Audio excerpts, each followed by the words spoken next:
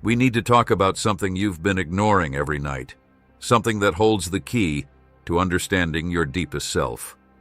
Yet you dismiss it each morning as you reach for your phone. Your dreams. Those vivid experiences that feel so real until consciousness pulls you away from them. You've been told they're just random firings of your brain, meaningless stories your mind creates while you sleep.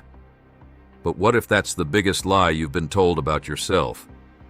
What if those strange, confusing, sometimes terrifying nighttime journeys are actually messages, urgent communications from parts of yourself you've never met in waking life?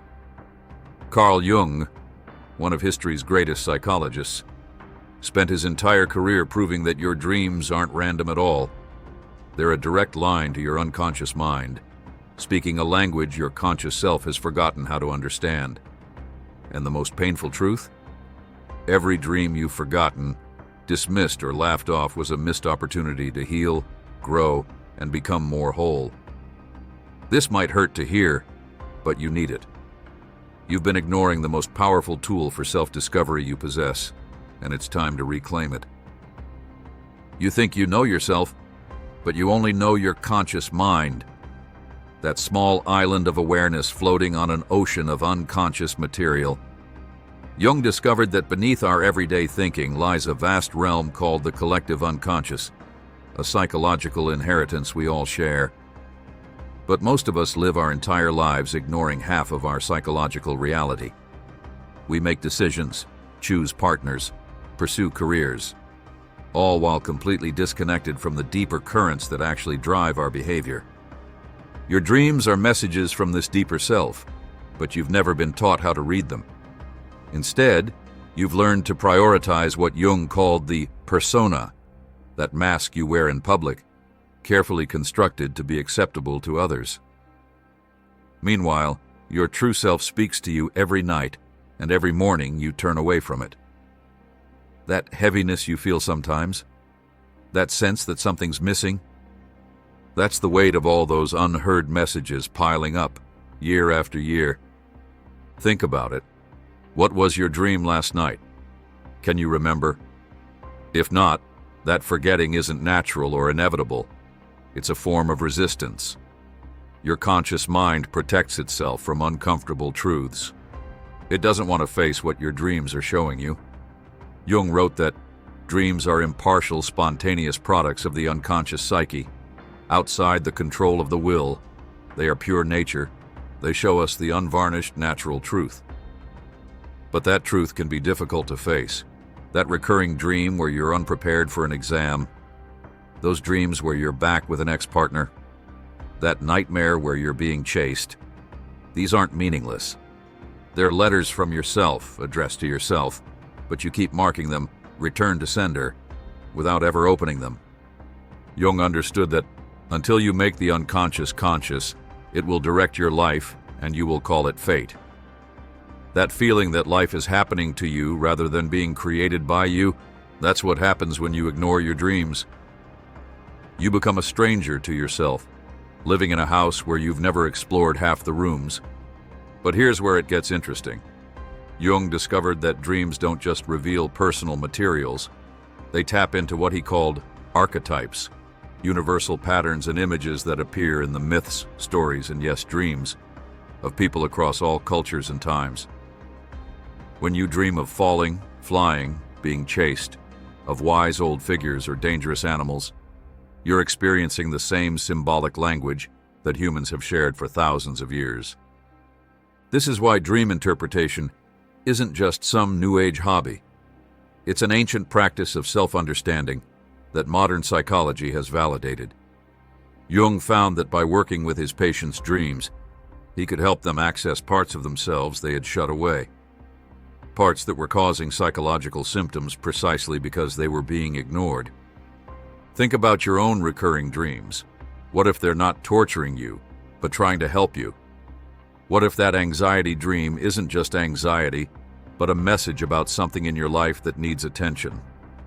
What would change if, instead of dismissing these nocturnal experiences, you started seeing them as the most honest conversation you could have with yourself? Dreams, speak in symbols, not literal statements. This is where many people get lost. They expect dreams to be straightforward, like an email or a text message.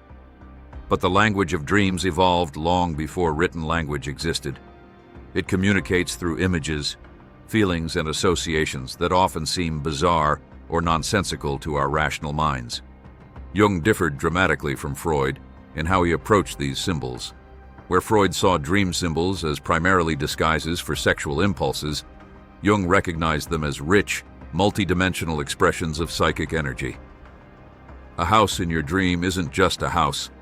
It might represent your psyche, with different rooms revealing different aspects of yourself. Water might represent the unconscious itself, calm waters suggesting harmony with your deeper self, while storms or floods might indicate emotional overwhelm from unconscious content. The dream is a little hidden door in the innermost and most secret recesses of the soul, Jung wrote. But to open that door, you need to learn the language in which the message is written. You need to become bilingual in conscious and unconscious communication. Some symbols appear so consistently across human experience that Jung identified them as archetypes: the great mother, the wise old man, the child, the trickster, the shadow.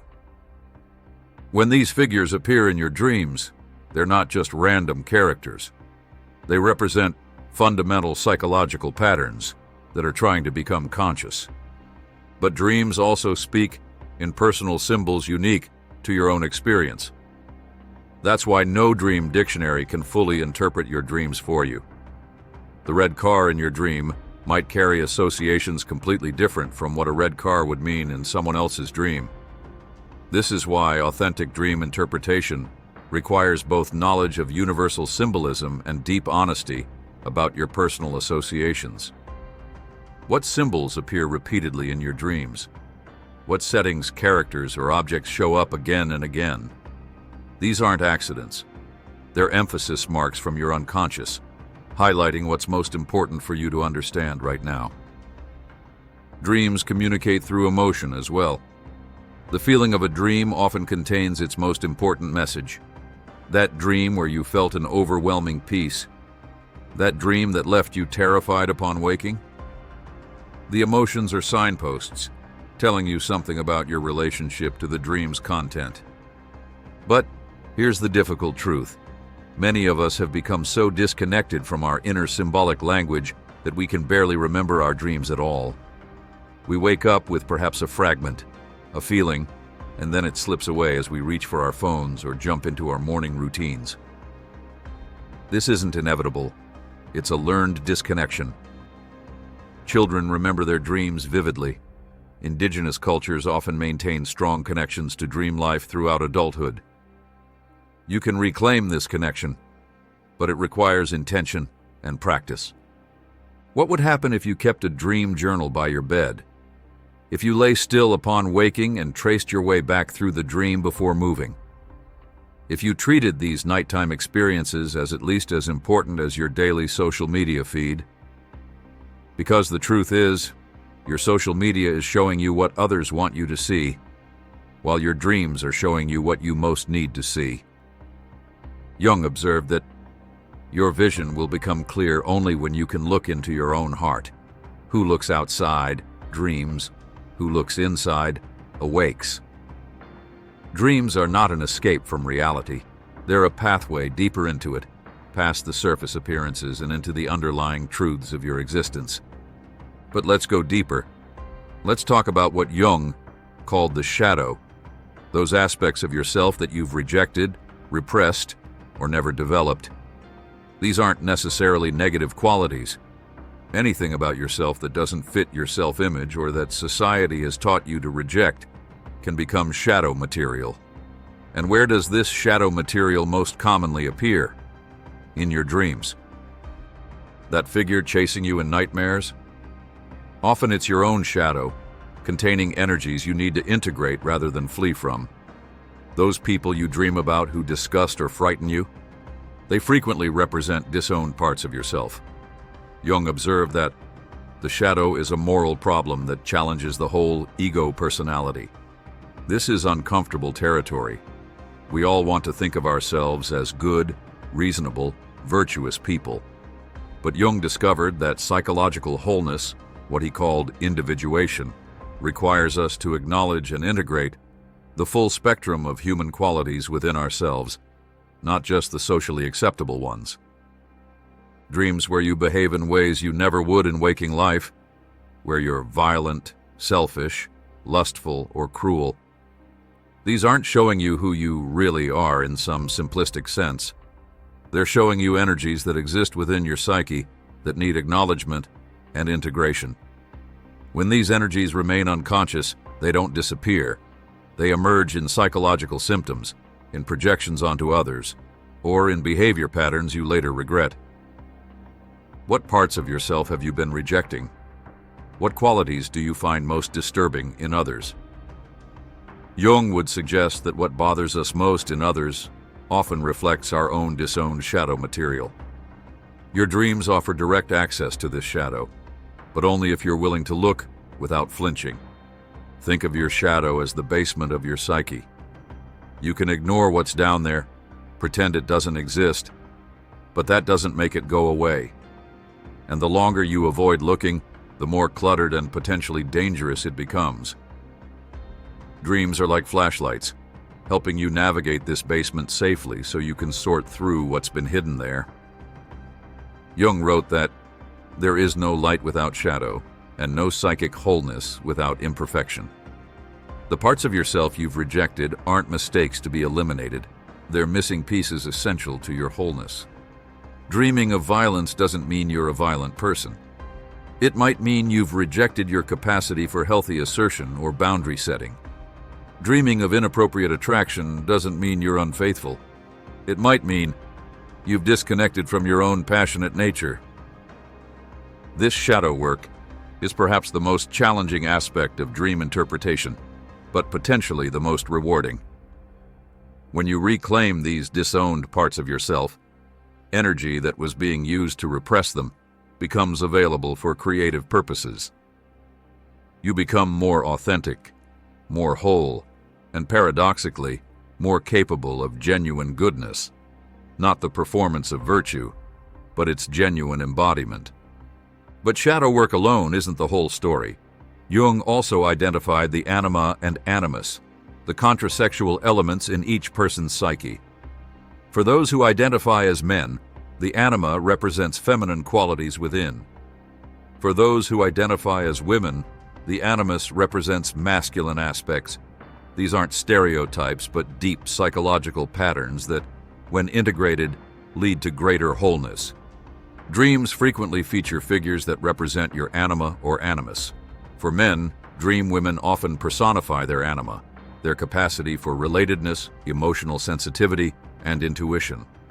For women, dream men often embody their animus, their capacity for focused action, logical analysis, and self-assertion. These dream figures can appear as ideal partners, threatening adversaries, or anything in between, depending on your relationship with these aspects of yourself. Who appears in your relationship dreams? What qualities do they embody? Jung would suggest that these figures reveal not just your expectations about real-world relationships, but your relationship with your own inner masculine or feminine energies. When these inner energies remain unconscious, we tend to project them onto real people in our lives, often leading to disappointment and conflict. You may be attracted to someone because they seem to embody qualities you've disowned in yourself. You may be repelled by someone because they display aspects of your own nature you've rejected. Think of your inner masculine or feminine as hidden relationship advisors. When ignored, they drive your attractions and repulsions without your awareness. When acknowledged and integrated, they help you form more conscious, balanced relationships based on genuine recognition rather than projection. This is why dreams about former partners often have little to do with those actual people and more to do with aspects of yourself they represented to you. That ex who keeps appearing in your dreams may symbolize a quality you're still trying to integrate, or one you gave away and need to reclaim. Jung observed that The meeting of two personalities is like the contact of two chemical substances. If there is any reaction, both are transformed. But true transformation requires consciousness. Without it, relationships become unconscious reenactments of internal psychic patterns, often leading to the same painful outcomes again and again. This explains why some people repeat the same relationship patterns despite consciously wanting something different. The unconscious pattern remains in control until it's brought into awareness. Dreams offer a direct view of these patterns, showing you not just who you're choosing, but why and what you're really seeking in those choices. And this is where many people get stuck. They recognize their patterns intellectually, but can't seem to break free from them emotionally. Why? Because intellectual understanding alone isn't enough. Real change requires engaging with the symbols and energies that dreams reveal. Not just understanding them conceptually, but experiencing them, relating to them, integrating them. In his own life, Jung experienced this process dramatically. During a period of intense psychological crisis following his break with Freud, Jung began having powerful dreams and visions. Rather than dismissing them as symptoms of breakdown, he engaged with them directly, recording them in his famous Red Book. This wasn't just an intellectual exercise. It was a profound dialogue with his own unconscious that ultimately led to his most important psychological discoveries. What Jung discovered through this process was the reality of what he called the self, not the ego or conscious identity that most of us mistake for our whole being, but the regulating center of the entire psyche, both conscious and unconscious. The self represents wholeness and integration, the person you're capable of becoming when all aspects of your psyche work in harmony. Dreams that feature extraordinary symbols, like mandalas, circular designs, quaternities, fourfold structures, or numinous figures often indicate the self is becoming more conscious. These dreams can feel particularly significant, even spiritual or mystical in quality. Jung noted that such dreams often occur at crucial turning points in life, guiding the individuation process. Jung documented numerous cases where patients spontaneously dreamed of or created mandala images during periods of psychological transition. One patient, during a time of extreme inner turmoil, dreamed of a snake that formed a circle, biting its own tail, the ancient symbol of the Ouroboros, representing wholeness and eternity. Another dreamed of a radiant blue flower with a gold structure at its center, a symbol of the self emerging into consciousness. These aren't random images or mere aesthetic preferences. They emerge from the deepest layers of the psyche when the personality is seeking greater integration. Jung found similar symbols across widely different cultures and time periods, in Tibetan sand paintings, medieval Christian art, Native American designs, and ancient Egyptian iconography. This universality suggested to him that these weren't just cultural artifacts, but expressions of innate psychological patterns, what he called archetypes.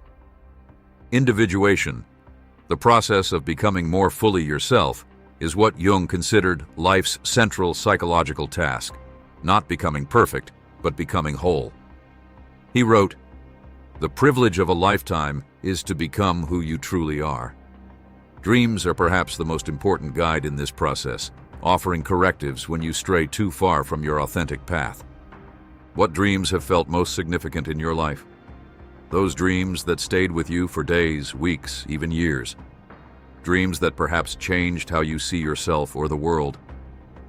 Jung would suggest these dreams may represent communications from the self, guiding your individuation journey. I once worked with someone who had a recurring dream of being in a house they didn't recognize, discovering room after room they didn't know existed. This is actually one of the most common dream themes reported across cultures. Jung would interpret this as the dreamer discovering unknown aspects of their personality, the psyche revealing itself as more spacious, more varied, more rich with possibility than the conscious mind had recognized. Another common dream, perhaps you've experienced it yourself, involves flying or discovering you can breathe underwater. Jung saw these as symbolic representations of transcending normal limitations, of the psyche revealing capacities beyond what the conscious mind believes possible. These dreams often come when we're on the verge of a breakthrough in waking life, but haven't yet consciously recognized our new potential. Think of individuation as an inner journey toward wholeness. Not a straight line, but a spiral, revisiting similar themes at deeper levels of understanding. Your dreams reflect this journey, sometimes showing where you're still stuck, sometimes revealing new possibilities for growth, sometimes celebrating breakthroughs in your development. Jung's own dreams evolved throughout his life, reflecting his individuation process. In his autobiography, Memories, Dreams, Reflections, he describes a particularly significant dream from his later years. He found himself in a garden where all the plants were unfamiliar, except for one enormous red flower. A voice in the dream told him this represented the culmination of his life's work, the integration of conscious and unconscious into a living, growing whole. Mandalas and other symbols of wholeness often appear spontaneously in dreams during this process. Jung discovered that many of his patients would dream of or feel compelled to draw circular designs during periods of psychological growth or when recovering from emotional turmoil. These symbols represent the ordering principle of the self, bringing harmony to psychological chaos. Jung himself drew mandalas daily during particularly difficult periods, discovering that the images reflected his inner psychological state. When his mandalas appeared broken, asymmetrical, or incomplete, he knew his inner work wasn't finished. When they appeared balanced, harmonious, and complete, he experienced a corresponding sense of inner wholeness and peace.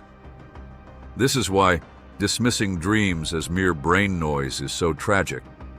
It's like having a master psychologist offering personalized guidance every night and throwing away their insights every morning. Dreams don't just reflect your current state. They indicate potential directions for growth and healing. But here's the practical question many people ask. How do you actually work with dreams?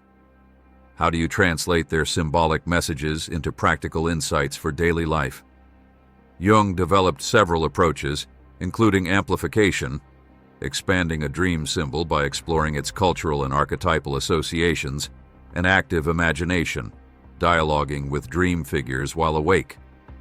For practical dream interpretation, start with a dream journal. Keep it by your bed and write down dreams immediately upon waking before they fade.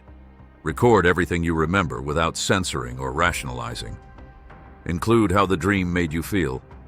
Emotions are often the most direct message. Jung emphasized that dream interpretation is both a science and an art. It requires knowledge of symbolic patterns, but also intuition and personal connection. A good interpreter isn't one who immediately knows what your dream means, but one who helps you explore your own associations and discover the meaning that resonates with your experience. When interpreting, first approach each element of the dream with the question, what associations do I have with this? A bridge in your dream connects to your personal experiences with bridges before considering universal symbolism. Jung emphasized that the dreamer's associations take precedence over generic symbol dictionaries. For example, a snake in your dream might conventionally symbolize transformation or cunning, but if you were bitten by a snake as a child, your personal association might override or color the archetypal meaning. Jung insisted that both levels of meaning, personal and collective, need to be considered for complete interpretation. Next, consider the dream's emotional tone. Emotion is often the most honest part of a dream, cutting through confusion about symbolic meaning. A beautiful house that fills you with dread in a dream is telling you something very different from a ruined house that gives you peace. Jung documented a case where a patient dreamed of a magnificent theater performance but felt inexplicably terrified throughout. It emerged that the patient was living a life that looked impressive to others, but felt deeply inauthentic to himself. a performance that was draining his real vitality. The dream emotion revealed the truth his conscious mind was avoiding. Look for connections between your dream and current life situations. Dreams frequently comment on your conscious attitude, offering a compensatory perspective. If you're being overly rational in waking life, your dreams might flood you with emotion. If you're lost in emotional reactions, your dreams might present coldly logical scenarios. Jung described this compensatory function as one of the psyche's self-regulating mechanisms. A patient of his who was excessively intellectual and disconnected from his emotions began dreaming repeatedly of drowning or being overwhelmed by floods. Symbolic representations of the emotional life he was denying in his waking hours. Pay special attention to recurring dreams or themes. These indicate important issues your unconscious wants you to address. A recurring dream that changes over time can show your psychological evolution around a particular issue. One of Jung's patients had recurring dreams of being chased by a menacing figure. As therapy progressed and the patient began to acknowledge and integrate his own aggressive impulses, the dreams gradually transformed. The pursuing figure eventually caught up, but instead of attacking, offered a gift. This evolution reflected the patient's changing relationship with his own shadow material. Jung's method of amplification involves exploring a dream symbol's cultural, historical, and archetypal dimensions. If you dream of a lion, you'd consider both your personal associations with lions and their archetypal significance across cultures as symbols of courage, sovereignty, danger, or divine protection. A patient of Jung's once dreamed of a scarab beetle, a type of dung beetle, during a therapy session. As they discussed the dream, an actual scarab beetle, rare in Switzerland, tapped against the window of Jung's office. Jung saw this as an example of synchronicity or meaningful coincidence and noted that in ancient Egypt, the scarab was a symbol of rebirth and transformation, precisely the process his patient was undergoing. Active imagination takes dream work further, allowing you to continue engaging with dream figures and scenarios while awake. By entering a meditative state and dialoguing with dream elements, you can develop relationships with different aspects of your psyche, facilitating integration and growth. Jung practiced this technique extensively himself. When a threatening figure appeared in his dreams, he would visualize continuing the encounter in a waking state, asking the figure what it wanted, why it appeared, what message it carried. These dialogues often yielded profound insights that mere intellectual analysis couldn't provide. What would change if you took your dreams seriously? If you approached them not as random neural firings, but as meaningful communications from your deeper self? What patterns might you recognize? What changes might you make? What aspects of yourself might you reclaim? Jung discovered that when people begin working seriously with their dreams, synchronicities, meaningful coincidences, often increase in their waking lives. It's as if the barrier between conscious and unconscious becomes more permeable, allowing greater flow between these aspects of experience. Dream interpretation is like archaeology of the soul, excavating buried treasures of insight and wisdom. Jung discovered that dreams are compensatory to conscious attitude, showing us what we're missing, what we're overemphasizing, and what we need for greater balance. They don't tell us what we already know, they show us what we've been unwilling or unable to see. The practice requires patience and honesty. Some dreams yield their meaning immediately. Others may take days, weeks, or even years to fully understand. Some may never be completely interpreted, continuing to unfold new layers of meaning throughout your life. As Jung said, the dream is the small hidden door in the deepest and most intimate sanctum of the soul. This is not about quick fixes or instant solutions. It's about developing an ongoing relationship with your unconscious mind, learning its language, respecting its wisdom, integrating its messages.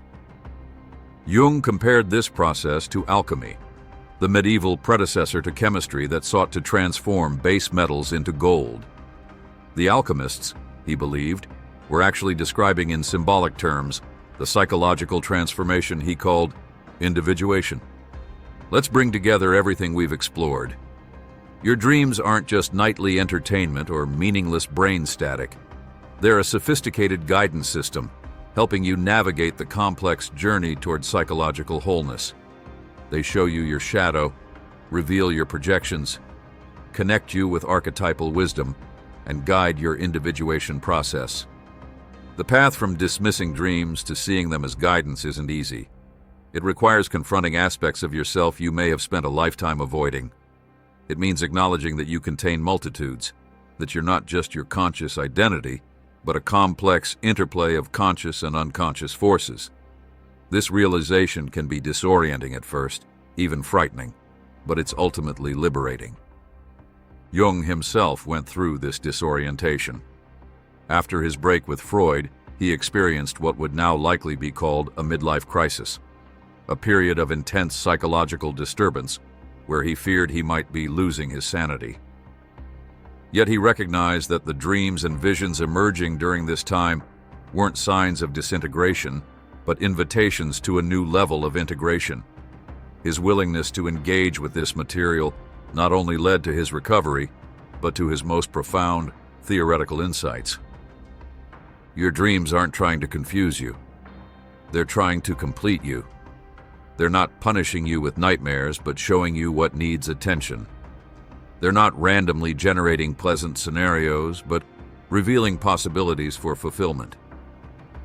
Dreams are the psyche's self-regulating system, constantly working to bring greater wholeness and balance. In fact, this is why dream deprivation, preventing someone from dreaming by disrupting REM sleep, leads to psychological disturbances. Research has shown that dream sleep isn't just biologically necessary, it's psychologically essential. Your mind needs to dream as much as your body needs to move. Jung wrote, "Who looks outside, dreams. Who looks inside, awakes." This awakening is available to anyone willing to pay attention to their dreams, to learn their symbolic language, to face what they reveal with courage and curiosity. It doesn't require special training or mystical abilities, just commitment to the process and honest self-reflection. Begin tonight. Place a journal by your bed. Set an intention to remember your dreams. When you wake, lie still for a moment and gather whatever fragments remain. Write them down, however confused or incomplete they seem. Do this consistently, and you'll likely find your dream recall improving, your understanding deepening, your connection to your unconscious strengthening. Many people find that simply deciding to remember dreams increases recall dramatically. The intent itself sends a message to your unconscious that you're ready to listen, that you value what it has to say. This alone can transform your relationship with your dream life. What recurring symbols appear in your dreams? Share them in the comments below.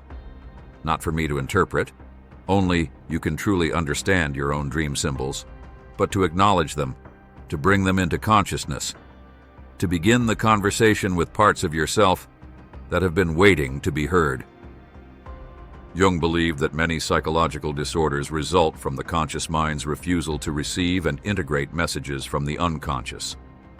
When we blockade these communications, they don't disappear, they intensify, sometimes manifesting as symptoms. Opening the channel through dream work can relieve this pressure, allowing psychic energy to flow more freely and harmoniously.